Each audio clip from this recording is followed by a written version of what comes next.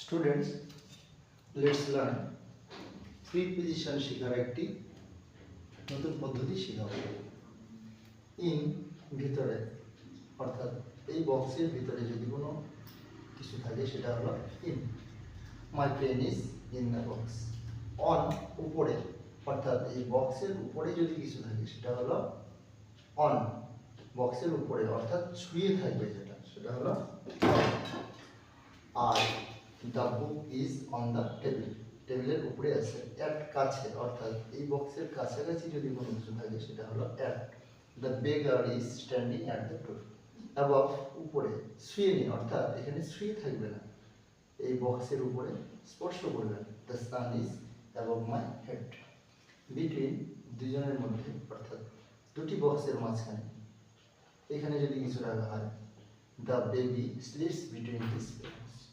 Behind পেছনে অর্থাৎ এই বক্সের পিছনে যদি কিছু থাকে সেটা কি হবে behind. The dog is behind the Bush. Under নিচে অর্থাৎ এই বক্সের নিচে যদি কিছু থাকে সেটা হবে under. The rat is under the table. Into বাইরে থেকে, বাইরে থেকে ভিতরে যাওয়া অর্থাৎ এই বলটা যদি আমরা এখান থেকে এখানে ঢুকে যাই তাহলে সেটা কি হবে in. The frog jumped into the pond.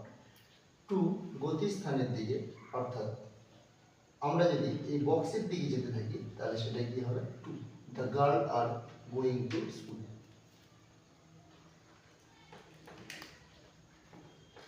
The girls are going to school. From থেকে অর্থাৎ এই বক্স থেকে যদি কিছু বেরিয়ে যায় সেটা কি হবে from. The students are coming from school.